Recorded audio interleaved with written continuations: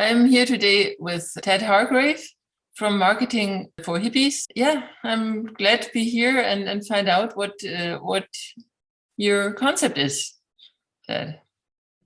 Thank you. It's really good to be here. Of course, I admire your work immensely, as you know, and recommend it often in the membership. And outside of it. So yeah, I'm just thrilled to be here. On the left side is your client before they get in touch with you. On the right side, after. And in the middle is how you get them from A to B. And this is also a concept that you're teaching, of course, island A, island B. Yeah. But yeah, let's start with island A. Who is your client? So almost always they're a service provider of some kind. Mm-hmm. They're often a life coach. They're in the healing arts. Every once in a while, permaculture, but it's usually some sort of a life coach or yeah, somebody who's in the healing arts in some way. And marketing just feels terrible to them. That's the usual state they come to me in. Occasionally they've had experiences where some of them have never really looked at marketing before, but more and more they've looked at other people's approaches to marketing and been horrified by them or turned off, or it just didn't work for them, wasn't a fit. I can't even tell you the number of times I've had the conversation where somebody says, I spent $10,000 with this other marketing coach, and it was terrible and it felt so high pressure and I couldn't do it. I wouldn't say that's the majority, but it's a strange situation, the number of people I've talked to who've had that feeling. Mm-hmm. Yeah, and so marketing just feels so terrible to them, and so it's like they hate marketing, but they need to market. That's the other side of it. It's this weird tear inside them of, I obviously need to do this thing. I need to get the word out. I need people to discover my work. They need clients, right? Right. But I need clients. Yeah, but I hate marketing. And so they feel fundamentally torn between, there's this false choice they feel they have of, one is, I want to do marketing that works on one hand, but on the other hand, I want it to feel good. And they feel like they have to choose. They feel like it's this binary between those two of if I choose a marketing that feels good, it won't work. Or if I choose a marketing that works, it won't feel good. It'll be effective. It'll get the results, but there's that. And then, so that's most people. And then sort of added to that, they struggle with their niche, and more in the beginning, they didn't even know what the hell a niche was. They'd never heard of niching. I was sort of introducing that concept to them, but when I started, I don't know, 20 years ago, and now more and more of them have heard about it and they struggle with it. When I do my one-on-one, I call them my puttering sessions, working with people one-on-one, mm-hmm. Almost all of them are around niche. They almost all are they're kind of trying to be everything to everybody, and they know that doesn't work, but oh God, mm-hmm. How could I choose? Yeah, so the audience is kind of scattered. Yeah. And they try, how do I reach all these people here? Right. And that's the pressure they put on themselves. Oh my God, I've got to reach all of them. I've got to, I wouldn't want to turn people away. And if I choose a niche that turns off some of them or doesn't work for some of them, that's not okay. And so yeah, they're very diffuse in their marketing, which makes it impossible. There's no way to actually do it at that point when you're trying to be everything to everybody. They're because approach that works for one group won't work for the others. And so of course, they lean very heavily usually on their modality at that point. I said, well, I'm a life coach, or I'm a divorce coach, or I mean, actually that one would be better. But it's, there's a lot of people doing what they do. And so when I talk to them, I just had a puttering session the other day with somebody in India, and it was just the same thing. It was uh, like, I want to help, coaches and consultants make more money in less time. And I just said to him, I said, I've heard this pitch so many times. This is so generic, which is what happens when people are trying to be everything to everybody. You get this very generic, broad, unappealing offer. It even happened the other day during one of the membership coaching calls. A woman named Erica from the UK, she said, her niche has been helping women who are too nice. And she said, I just don't think that's a group. So I thought I could word it in a more compelling way. And then she worded it in an incredibly uncompelling way, which was really generic. Like, I help women be more true to themselves, live the life they've always dreamed. And I just said, oh man, this is so generic. Like, I've heard it before. And there's a lot of other coaches who say they do that exact same thing. I said, but this being too nice, I said, that's something it feels more unique. Mm-hmm. And so I think this is maybe part of the pain of these people, is they know they're being generic. Mm-hmm. They know they're being, and they don't want to be. They know they've got something special sort of buried inside them, and they don't know how to get to it, which is very painful. I mean, this happened in my mentorship program, where I really delved deep with people. It was amazing, the things that we would discover with some of these clients. Some of the people in these programs, the most incredible, unique work would come out. I think of this woman, Linda Katz, with singingbirdcoaching.com. And when she started, she did this movement process called Koya. And it was just a modality. I mean, lots of other people do this modality. She did that and had some interest in working with women and life coaching, and it was fairly broad. And then this work came out of it because she was very interested in mythology and kind of depth psychology. And we finally, after a long time, came to this thing of how women often feel split inside between being a good girl and a rebel, and how they're both sort of in the thrall of this tyrant king, and the only thing that can save them is this wise wild woman. There was this whole world that came out of it that was so incredible to hear. Whenever people hear it, they just resonate. It makes so much sense. Or Larissa Noonan, who was doing ancestral healing work, which in some ways is a bit more niche, but of course now more and more people getting into that. And then she realized what she really wanted to work with is helping people heal their fundamentalist childhoods, because these people want to be witchy healers and feel like they can't, often because of a Christian or religious fundamentalist upbringing.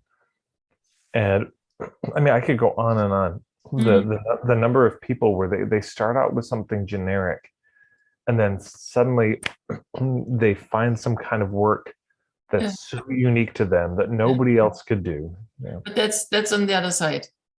So let's stick a little bit to this. Well, yeah. I would say that's, it's maybe captured in that word generic, that's part of the pain for them, is they feel so dime a dozen. Oh, there's lots of other people, like me. It's, they feel like a commodity, they feel like somebody could go to the store and buy a loaf of bread. They can go get a life coach, and it doesn't matter which brand you get, they're all going to taste the same. And they know that's not true for them. They know that's not really and then the outer circumstances are they have not enough clients, right? Otherwise for sure they wouldn't come to you, and they feel like a commodity and overwhelmed, I guess. And you're right, they don't have enough clients. They feel like a commodity. they're and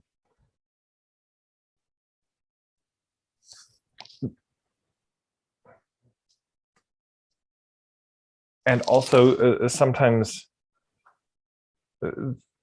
they're just clear, like the clients they have aren't a fit. There's not good boundaries with the clients. They're over giving with their clients. Yeah, but so yeah, I mean, they don't have enough clients and not enough of the Good clients. yeah, exactly, exactly. The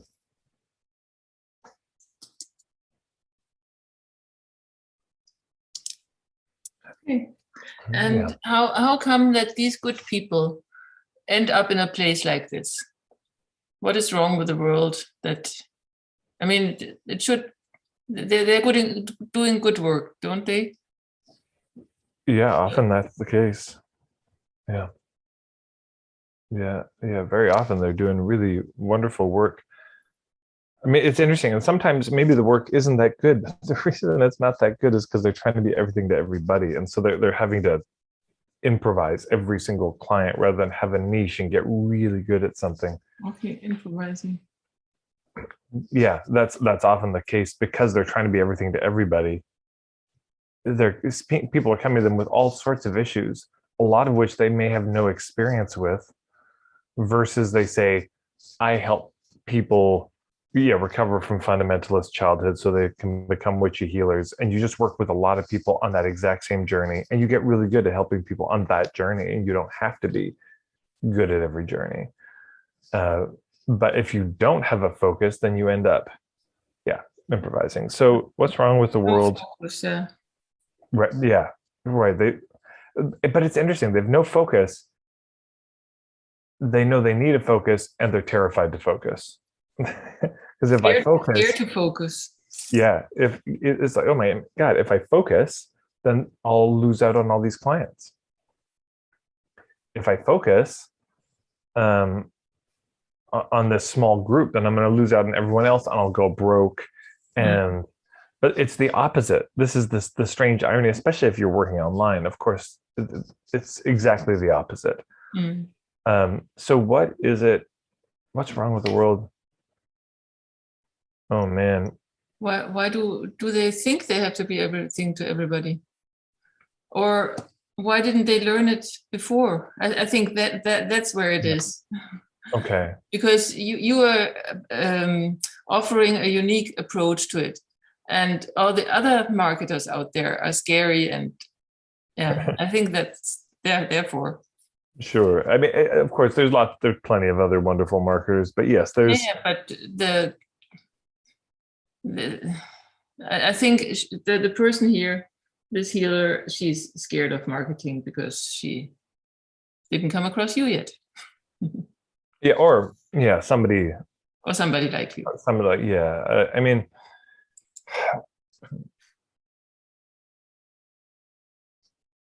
one is they never learn marketing in their schools. Like wherever they get educated about their modality, those institutions pretty universally don't cover marketing, and if they do, it's not that great because that's just not the thing they're there to teach. So that's the most consistent thing. They graduate, they get their certification. I mean, hell, sometimes these things are just a weekend or a 30-day certification, and they graduate with no sense of how to market it. This is number one. Number two, we have this weird holdover of a lot of thoughts about marketing from the 1900s, particularly the 1980s, where it's just this high pressure approach to selling. I don't even know the full story. I wish I did, of where all that came from. That sees sales and marketing as fundamentally being about convincing people to buy and getting the sale. That's the mantra, spoken and unspoken, in most mainstream sales. And even some of the conscious sales is basically get the sale. How do you get people to buy? How do you get people to say yes? And so you have this combination of either no experience or learning from marketing coaches who themselves are still under the spell of this, high pressure, get the sale kind of deal. Mm-hmm. And it's so then they feel either completely clueless about how to market, and or they have to market in this way that they see that doesn't feel good. I mean, that happens to me so often. People come to me, and this, I just saw this in, I think it was my Facebook group I've got. This fellow said, because he'd spent probably decades learning this pushy aggressive approach, and he could see, I think, that what I was offering was better, was different, and said, like, do we have to throw all that out? It just, oh my god, I've spent all these years learning this pushy, and this works better. And so there's the overwhelm and the disbelief, like there's no way all of that could be wrong. um but yeah, so they either don't have any marketing education, or the marketing education they have feels bad, and they feel like they have to do something bad to get something good. uh yeah, and so that's back to the choice of it either works or it feels good, and there's no approach that's going to do both. It's like, well, you're going to have, and then there's been all the justifications that have come. It's like, well, people are indecisive, and you have to make the decision for them, and they'll thank you after if you do that. And that's your limiting belief. Mm-hmm. You don't believe in yourself enough, clearly, if you're not willing to do those things. And you don't believe in the value of what you're offering if you're not willing to manipulate people to. And so people just, they I think a lot of them have just kind of collapsed in a heap at a certain point. A lot of them give up. A lot of them just probably never make it to my membership or anything like it with anyone else, because there's no way to do it. It's the thing I hear a lot too, is that, well, I don't want to be like that guy. I don't want to be like, God, those people who do those videos on Instagram and Facebook. I just don't want to be like them. I don't want to come across like that. And they, I think they imagine that everyone else is having the same experience of those ads as them, but they just can't imagine a way to do it that everyone involved would actually feel wonderful about the process. And they've never seen it. I think they've never seen it, or they've never had those experiences organized. It's strange because people say, but I don't know anything about marketing. And I want to say to them, it's like, you grew up being marketed to constantly. You are the most marketed to generation of any humans in the history of the planet. Just from your experience of being marketed to, a lot about marketing. You've also seen other people be marketed to. You've had to, probably market your own ideas, though you might have called it something different. Like, you completely know a lot about marketing, but I think people have just never had somebody be able to sit down and help them see the patterns. So it feels confusing. They're just so lost. They know where they want to get to, and there's no way to get there from here. They want a full practice with wonderful people. They really want to be helping and making a difference and being a part of healing the world in some way, making the world a better place. But they, to do that, they need to market, and there's no road between those two. And so it just seems like they'll never get there. Yeah, so a lot of them they really do just give up at a certain point. But this woman doesn't give up because she found you. Well, but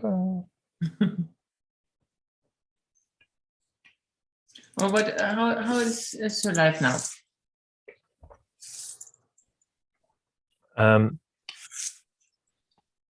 She's relaxed. Maybe she's not that enthusiastic. Maybe just relaxed. Or what is the? I mean, she's happy. She's got a very kind of full, clear heart, you know, she's yeah, it often is a she, it's true. Um, but she feels like she's found her place in the world. This is my experience. Mhm. She feels like, wow, I've found what I'm here to do in the world. And I found a way to do it that also puts food on the table, that pays the rent. Um, in my experience, most of them, they don't want to be a billionaire. I mean, they'd like to do well, but they're not, you know, obsessed with the money. But they finally found yeah, an approach that works. I mean, they're doing work and they're able to get clients in a way that feels good to them. It's such they're so relieved. I think that probably the biggest experience is just like this feeling of relief and gratitude, just like, wow, I can't believe I'm so lucky to have found this kind of work and this way of doing the work. You know, that's the other thing is you know, and in the before picture, they also feel trapped in doing the work in a way they don't want to do it. You know, the lifestyle piece, they feel stuck in this prescribed pattern given to them by other people. Um,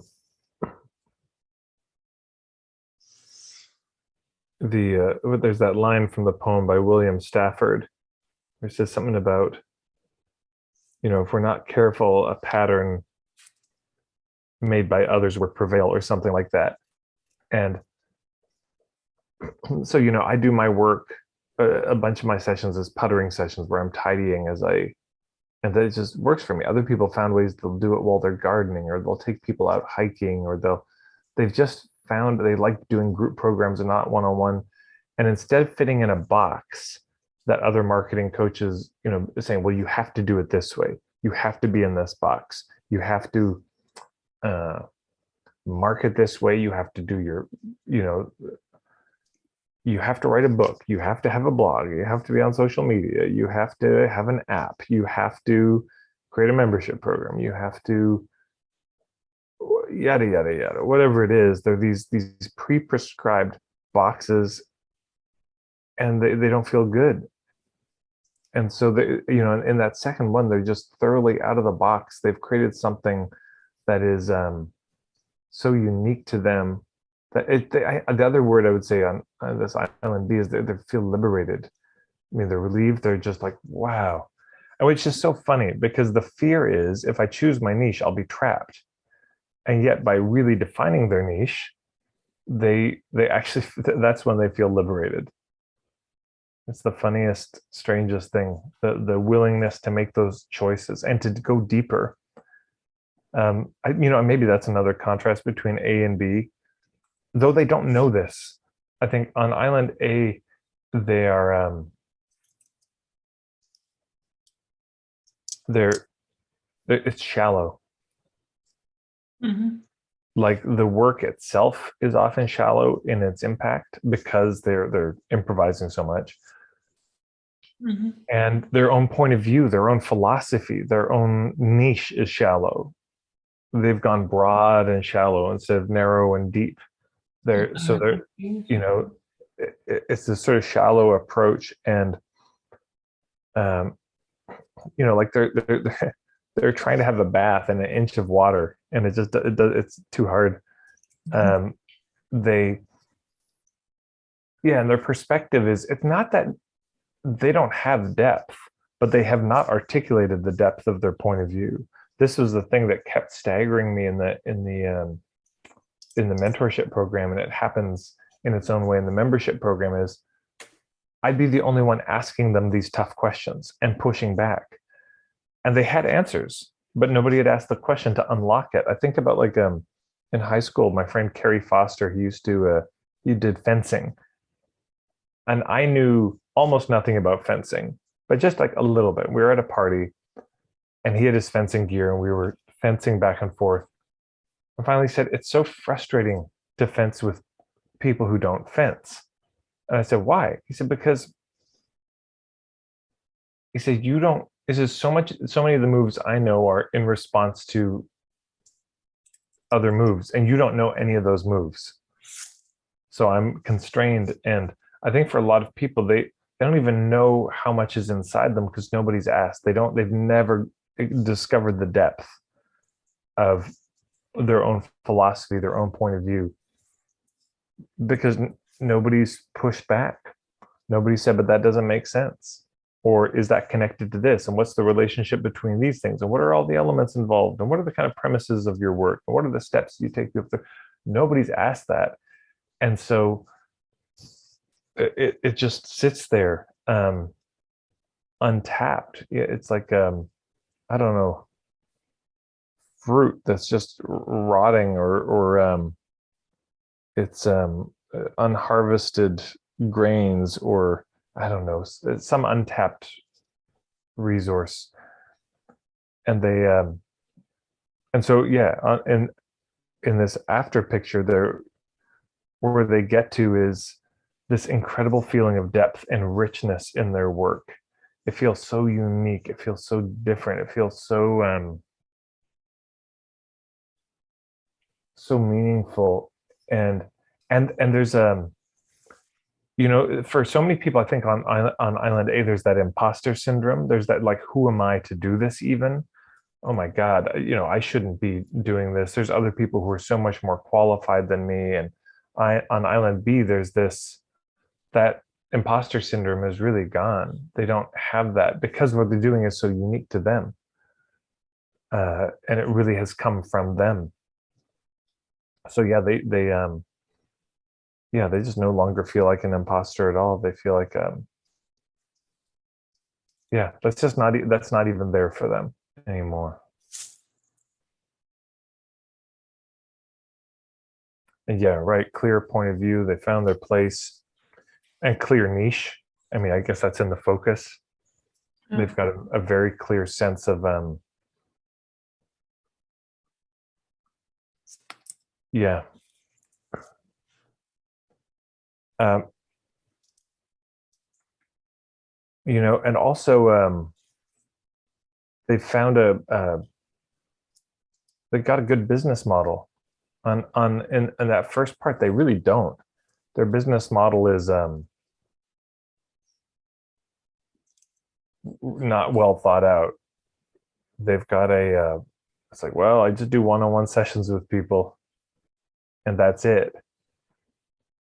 And also, in the first example, on Island A, they're trying to market themselves, but on Island B, they've got all these other people marketing them. Mm-hmm. All these people are spreading the word. Like on Island A, it's this cold approach of them this is what they imagine they have to do, is themselves approaching strangers saying, I could help you, buy from me, which is just, of course, that's uncomfortable. But on Island B, they've got all these people. Basically, it's word of mouth at the end of the day. There's this kind of whisper campaign about in a positive way, about their work. I mean, yeah, the number of people who come to me and I was like, how did you hear about me? I just word of mouth, just a friend.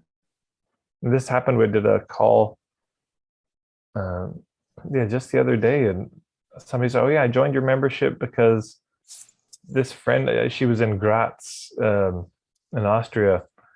It's like, yeah, this friend who's actually from Alberta told me, like, so this is what's happening for these people at this level, is they're just getting so much business from,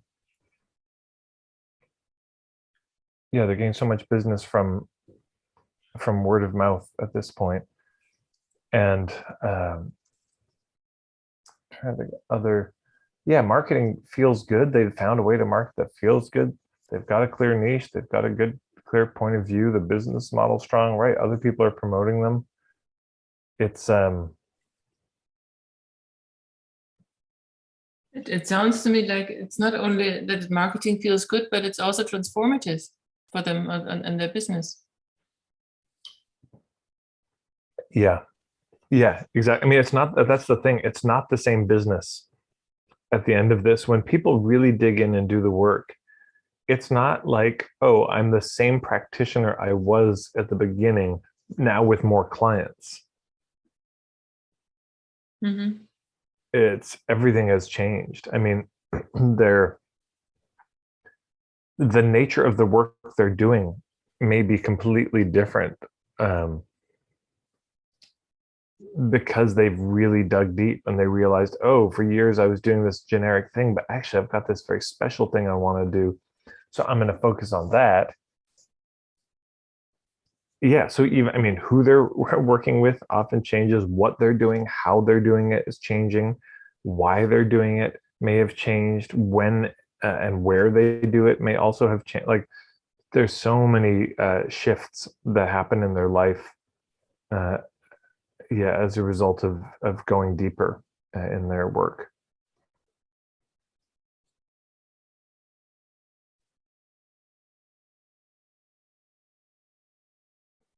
But she also has a better business. I mean, Yeah, people that come to you probably don't want to necessarily change their whole business. They just want more clients, I guess. I mean, if we look at her, sure. she wants more clients. Yeah, yeah, that's true. But it could also be that she has a hunch that something is wrong deep down. Yeah, I mean, that's the thing. They know something's wrong at that level. And some of them have, learned enough to know, okay, I got to figure out my niche or a business model. Uh, but I mean, when they come to me, it's often they're at a very sort of elementary level of that. They're at a very basic level of that. And Mhm. I think also on Island A, they're looking for help. And I remember this too for myself because I was in a similar boat. They know they need to do market, so they want help. They gotta learn how to market, but they can't find anyone where they really resonate to help them. Mhm. Mhm. Everyone they find is like, oh, but they're so pushy or it's this aggressive. I don't want to. Yeah. Well, we have you, of course, here, and you're not pushy, and you know the good way to. Let me see here, beard.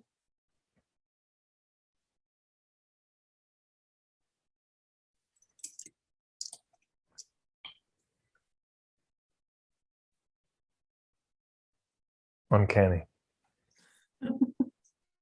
Sorry, you look much better in reality.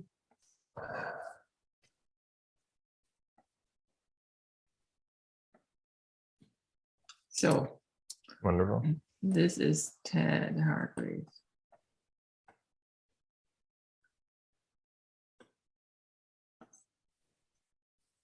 And your main product is the membership is marketing for hippies. Yeah.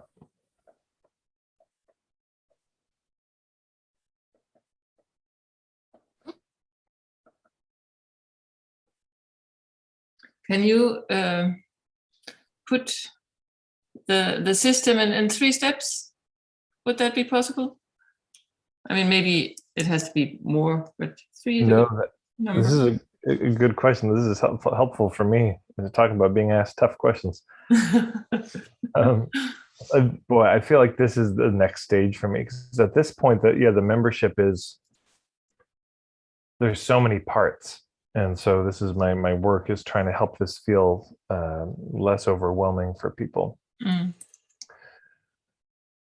Um, but okay, if I had to put it in 3 starts, I mean, or 3 steps, the very first thing when people arrive, there's a kind of a start here section to just orient people because there's so much. I mean, I bet you at this point there's a couple thousand videos. That You does know, not sound good. I know. There's, I mean, Yeah, now let's look at this woman here. She doesn't yeah, want to watch 1,000 videos. She wants a clear thing. What is yeah. the first thing she needs to do? Well, the first thing is this start here section, just to orient herself to the structure, the architecture of the membership. And part of what we're working on adding to the start here that hopefully will be up in the coming months will be there'll be an assessment that they can take. It'll be one of these sort of quizzes Yeah. where, like a tree with branches, it just guides you to the exact right branch. So it'll ask you questions, and depending on what you answer, it'll take you to, okay, this is the Yeah. content. And I would say, no matter if you have it there as an assessment module or not, people can always go to you and ask you. So Yeah. the assessment is part of it. Right. And that is part of the process. When people go through the start here, it says, hey, please put your questions, like, where are you stuck right now? And I read all of those, and I give people, okay, based on what you just said, this is the section this is the piece I'd recommend that you start with. And people can reach out at any point to me with a direct message or tag me. But yeah, that's to me, the very first thing is they sort of get a sense of the membership. They get oriented, and they get some sense of the best step. And then once they've gotten sort of generally oriented to the thing, because it's a new structure, there's a lot, of parts to get to know what they are. Then you have 3 courses, don't you? Oh, there's tons of courses. Yeah. I mean, there are courses, there's different topics full of content, there are ebooks. I happen to know this membership, and it looked to me like there's a system to it. Like you have this, in the meantime, how to make money, how to just survive. I see what and you're you saying. have the point of view thing, and you have the what is the other one? Hub marketing, Hub and marketing, there's the marketing, marketing 101. So I would say if they go through these courses plus all the stuff, then they have everything they need. Yeah, it's true. There is most of the content is in those. So right, okay. So there are 4 courses quarterly that they can go through. Those are included. If they're in the pro level, those are just part of what you're paying. So the first one is the meantime, which is the I just had to bring in cash flow quickly. The second one is the Marketing for Hippies 101.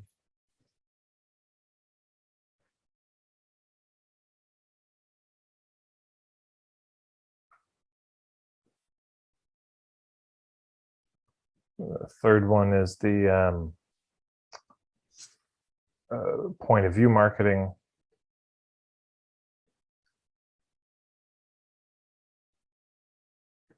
What was attracted me to you, because I haven't seen that anywhere else. Yeah, and then the last one is the hub marketing.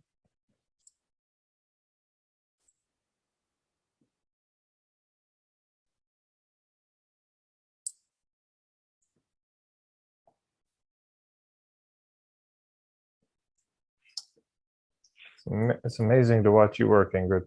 Mm-hmm.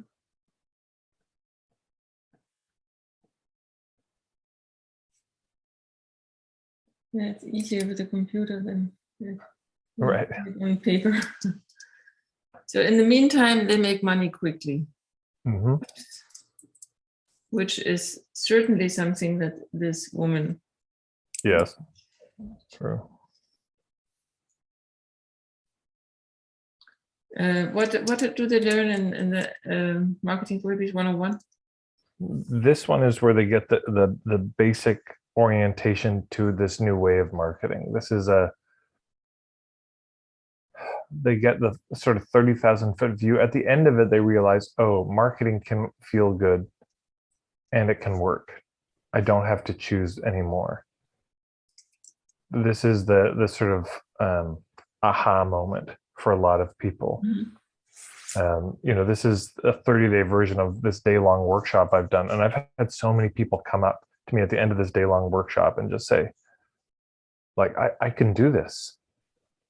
This kind of marketing I can do. What they mean is they literally couldn't do the other stuff. They knew what to do. They've gone through a course that said, yeah, do this, I don't know, Facebook ad to a webinar and then strong arm people into buying with. So it's not that they didn't know how mechanically, but they could not bring themselves to do it. So yeah, at the end, there's that, wow, okay. Suddenly I see a path forward, whereas I'd seen no path at all. Mhm. So it's very encouraging, I think, for a lot of them. And um,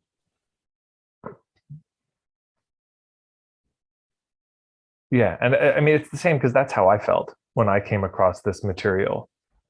It was so liberating to me. It was so, oh, wow, oh my God. You mean you can actually just have an honest conversation with people to see if it's a fit? You don't have to use all these techniques. It was, I mean, I was, because I'd done that myself, I'd done the high pressure stuff when I worked for this franchise, leadership franchise years ago. Uh, when I came across, it was this fellow, Ari Galper. It was called Reverse Selling at the time, but now it's unlockthegame.com. And it was like, I felt like I'd been starving and suddenly I had food and I just devoured his content. It's fine when people say, Tad, I've binge watched so many of your videos. I was like, I know the feeling. I remember what that was like because I just couldn't believe it at a certain level. Like, what? But what about this situation? What about this? And for every situation he had, no, this is a way to do it where it would actually feel good. Um, and he's still out there, bless him. And yeah, so it was such a relief to me. And then exciting, it's a very exciting feeling because you do want to do this work. You do want to help people. And suddenly you see a way to market it that could feel good and that could actually be effective. It's suddenly like, oh, my dream could come true. Whereas it just seemed um, unlikely, in the extreme. So, yeah.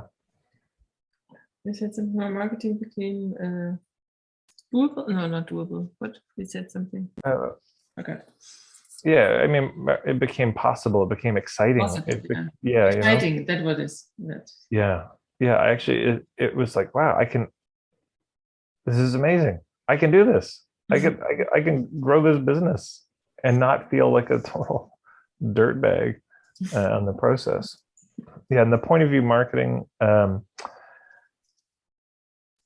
boy, this really deepens, I think, a lot of what they get in the one-on-one, but this is the fundamental shift is they realize I don't have to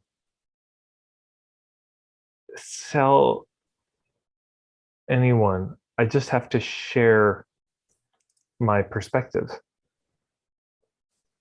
Like I could just share my perspective and people decide if it's a fit for them or not.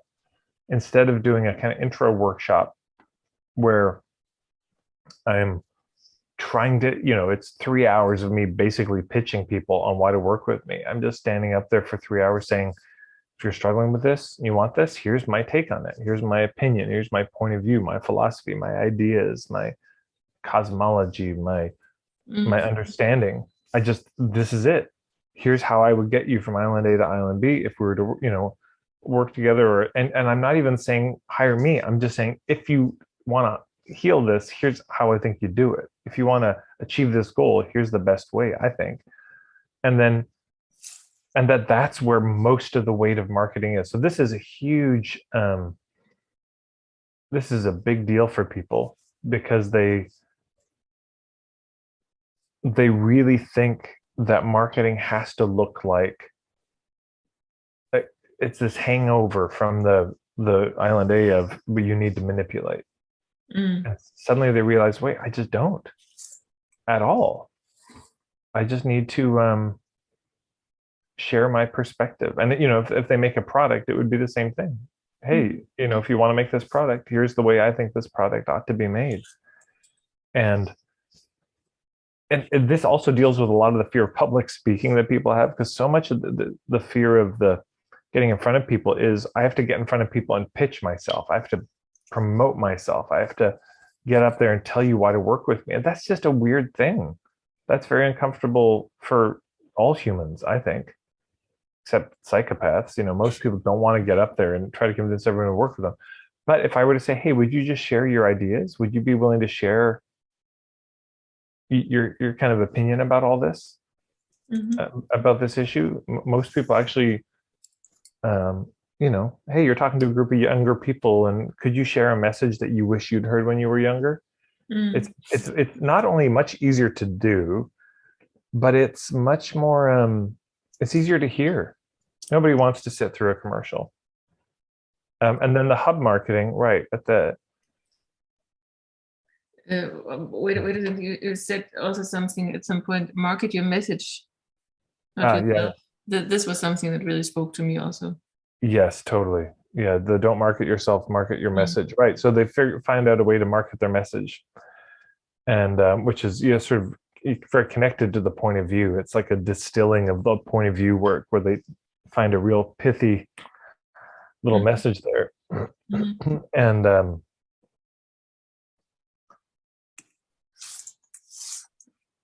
okay, yeah. And hub marketing is spreading the word. Yeah, exactly. Hub marketing is it's making it easy for their ideal clients to find them. Their ideal clients suddenly start knocking on the door. They start getting in front of audiences of their people. Whereas again, before they've been just trying to do it themselves. They've been doing this very cold approach, and now they're it's like all of these other hubs and people are spreading the word, and it's all leading back to them. And to find a system for it, I think this is yes awesome. Totally. Yeah, right. I would say that is a big thing, right? Because in the hub marketing 30-day, first thing we talk about is business model, and then we talk about what's the secret to word of mouth marketing. Then we talk about how do you approach your existing clients for referrals, which almost nobody does. And then fourth, how do you approach other people who might be hubs, who you don't know, who might be willing to spread the word. And then the last we talked about, how do you approach strangers if you need to? But so that's interesting. I've never actually thought about it like that, as those four courses being the kind of, it's mostly all there. And then of course, as a through line throughout the whole thing in the membership, there are these regular calls. Yeah. So, if they're at the pro level, there's a weekly call. There are, guest presentations.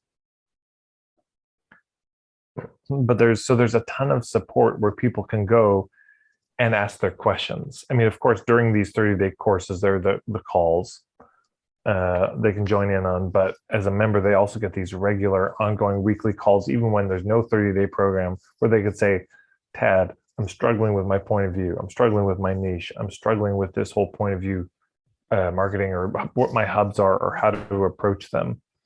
And there's also, there are ebooks, there are all these topics where there's recordings of past calls where I've divided up. Yeah. So it's not wealth just of material. It's true. Yes, right. Totally. There's a ton there that can help them deepen and of course, this is what I'm working on a lot right now in the membership is,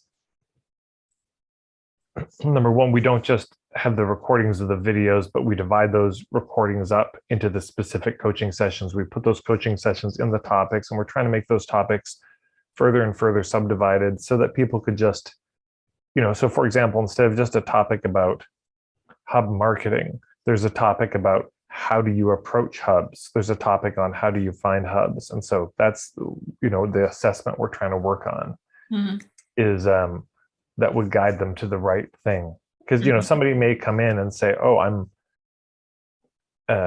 marketing feels good. I got a niche, but how do I get found by people? And they want to jump right into the hub marketing stuff. And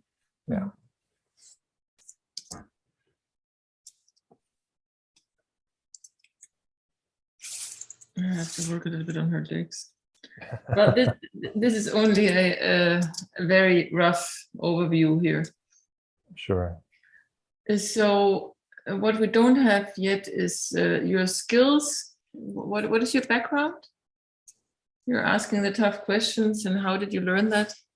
You did high pressure marketing for some time and discovered a different way. This is kind of where your heart is, but you also know about marketing, right? And nuts and bolts. Well, where did I learn about marketing? Well, there's a lot of books and courses, but mostly it was through, I just started working with people, probably too early, too young. And I did workshops and I just saw what worked and what didn't work. So it was mostly through experience that for the whole niching thing. When I first started, I'd never even heard the word niching. That took me a few years of doing the work to really, I knew about the unique selling proposition and sort of versions of it. But this idea of a niche, that was, I don't know, 2006 or 2007 in Seattle, a guy named Dominic Canterbury, so I kind of learned as I went. And then I could see as I worked with people, oh, if they have a niche, everything's really easy. If they don't have a niche, it's hard. Everything gets easier with it and everything's harder without it. And so, I kind of, and then the hub marketing, I actually heard from this fellow too. And so I just started applying it, and in workshops mostly, and then one-on-one.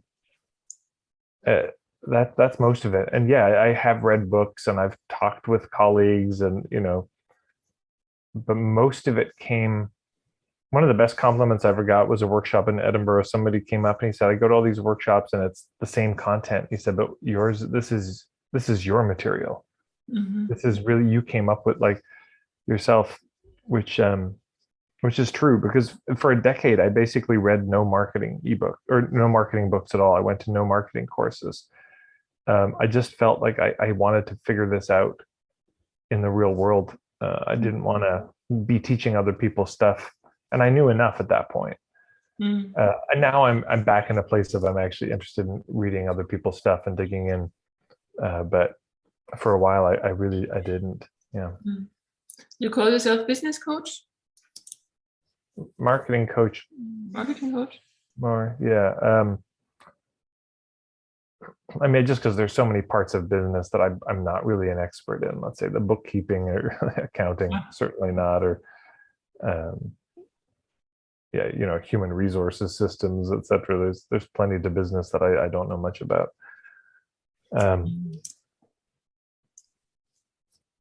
Yeah. Can we take a look at the whole picture? Yeah. So you help people, healers and service providers. I think the service provider sounds too general.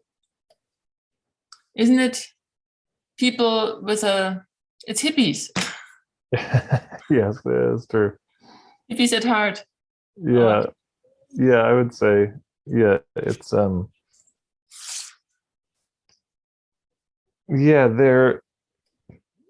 it's interesting, politically, a lot of them are left-leaning or increasingly feeling politically homeless. They're people who trust nature, and do everything they can to, preserve nature, to work with nature instead of against nature. They're definitely not mainstream in orientation at all. They're the more radical they are, the more I love them. The more they're questioning the system, the more, which is part of the pain, honestly, of why they hate marketing, is they hate this whole mainstream everything. And they like to market, they feel like they have to be in that mainstream box. They have to be in this conventional everything. And they look at modern society and they see the rot at the core of it. They look at the modern world and they just say, this is all wrong. The whole thing is wrong. And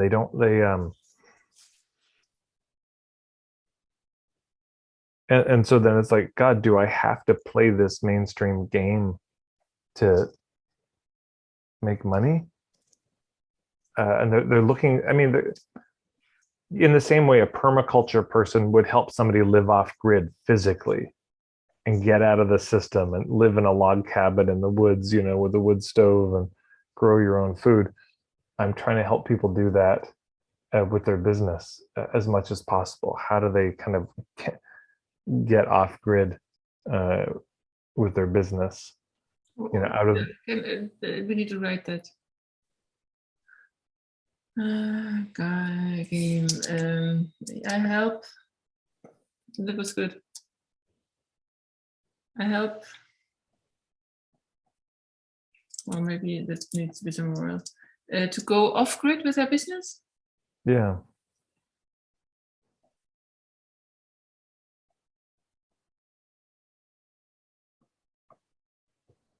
Like, somebody, or another way to say it is that a permaculture person will help you build a sustainable lifestyle that doesn't depend on the system. I'm trying to help them build a sustainable lifestyle in a different way. It's just another angle of this kind of, you don't have to rely on, whereas permaculture is the physical stuff. I'm saying you don't have to rely on this whole business philosophy that they tell you need in order to pay the bills, in order to put food on the table, to make money. They'll say, but you need to push people. You need to manipulate people. If you're not willing to do that, I mean, that's not usually said overtly, but that's what's implied. If you're not willing to do this high pressure tactic, then you're going to starve. And so I'm saying, no. Just, like they say, well, if you don't live in a city, you'll starve to death. And a permaculture person would say, no, that's not true. You can live even within the city or outside the city and sustain yourself and your family by building community, by regenerating the soil. And I'm in a similar way saying this whole philosophical framework of business, if we imagine that as a landscape, it's like, you don't need to live there. If that's the city, you can get out of that city. There are other more beautiful places you can live. You don't have to be trapped in this urban hellscape of manipulation and pushiness and aggression. There are other places to live. They don't have the monopoly on that.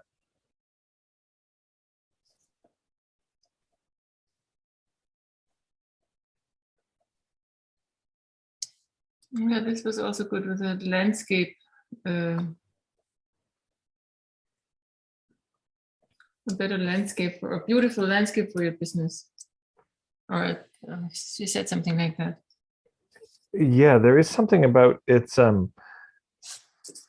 right. Yeah, it's I can imagine them surrounded by trees, on the other side instead of buildings. There's because that's the thing, when you're in the city, your whole life, all you can imagine is more city.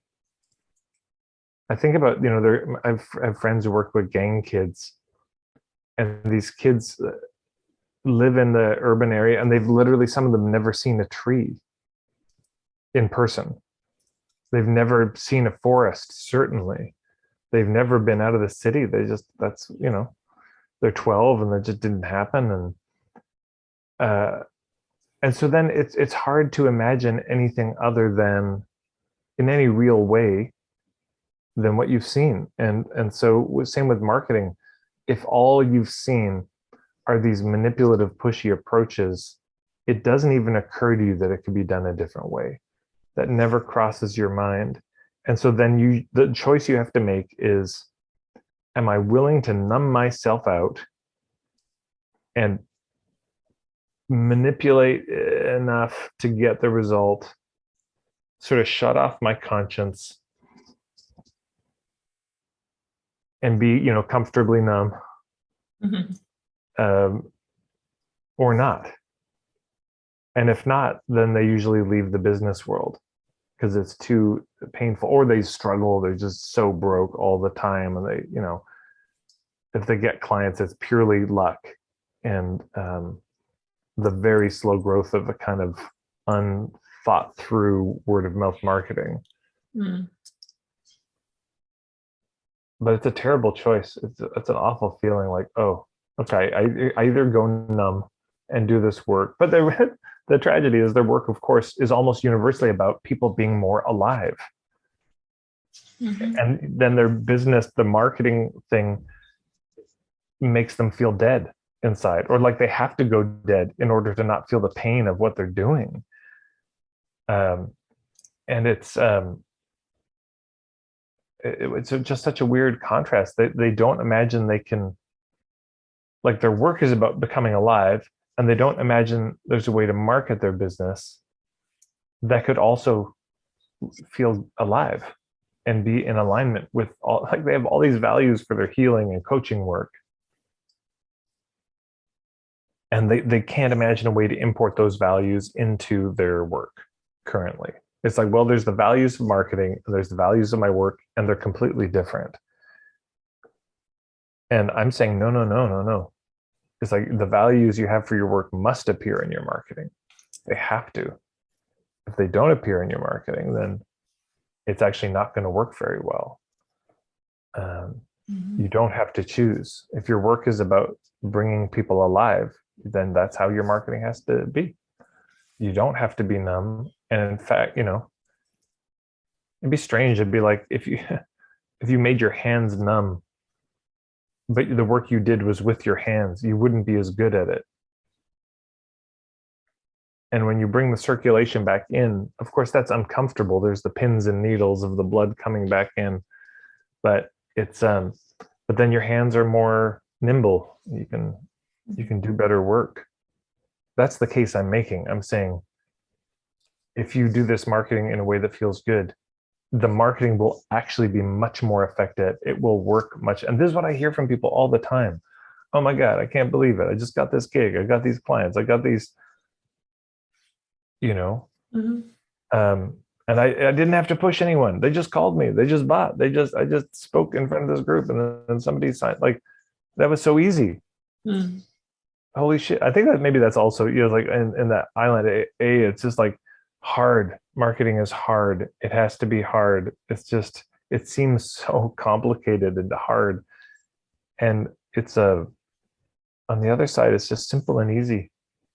It seems too simple and easy. That's the thing. I have to sometimes just stop in my workshops and say, I know this seems, what I'm saying is overly simplistic.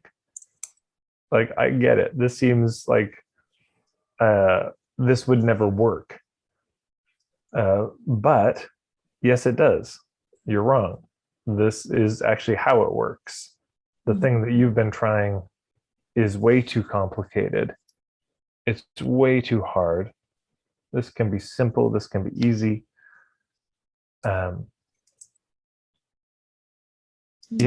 like one example, I'll tell people, host a party, bring together all the people that might be your hubs, just host a gathering where everyone can meet each other and introduce yourself. Mm-hmm. And then follow up with the people where you feel some alignment. It's so simple. And people just think, no. It must be harder. Somehow this has to be more difficult because that seems too easy. Yeah. And, or, one of my clients, puttering session, he was in the Netherlands, and or Denmark, anyways, he does this outdoor exercise stuff, and, climbing trees, rolling around on the ground, this kind of functional movement work. And he just started going for walks with people who are potential hubs. He's like, hey, I'd like to connect with nature. Maybe you would like to go for a walk with me. And they would go for a walk, and these people would end up becoming sources of business. It's like he's literally just going for a walk, which he loves to do, with people whose company he enjoys. And somehow this is marketing. Somehow this is turning into business for him. And he never would have, imagined that. But it just ends up being so much simpler, so much easier. The business model is simpler and easier. Their point of view, which at one point was so overly complicated or overly simplistic, becomes ornate. This beautifully embroidered tapestry that's really simple to look at, but it's got a lot of detail in it. So this here is the point of view, by the way. I have to maybe. No, I like it. I think we're through. Okay. Is anything missing here? Just The only thing missing right now is my immense gratitude to you for taking the time to do this. It's amazing to see. I've seen you do this work with other people, but to be on the receiving end of it is, it's amazing the wellspring clearly that's inside of me that wants to come out, and it's just amazing to see this. Thank you. Well, thank you for sharing it. It's important work that you do.